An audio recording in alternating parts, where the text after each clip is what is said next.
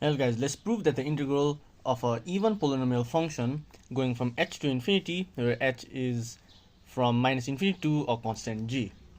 Since e of x is a even polynomial function, that means this will be in the form of a x squared plus b x to the power 4 plus dot dot dot, and we'll have some k times x to the power 2n.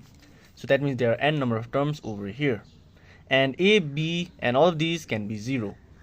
But at least one constant has to be a non-zero constant.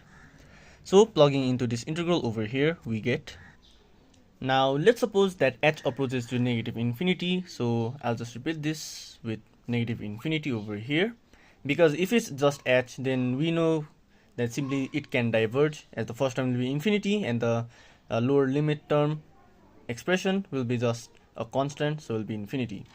Now let's look at for this. Using the power rule, we have ax cubed by 3 plus b x to the power 5 by 5 plus so on, and we'll have k x to the power 2n plus 1 by 2n plus 1, and this goes from infinity to negative infinity. So for the first part, if you put infinity to all of these x's, we'll just have infinity over here, minus, now for the lower term. If you plug in minus infinity to all of these x terms, we see that all of these x have an odd power, and a negative number to the odd power will give the negative number.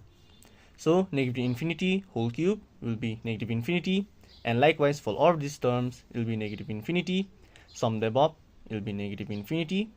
So negative is positive, so infinity plus infinity is just infinity, which means this integral diverges.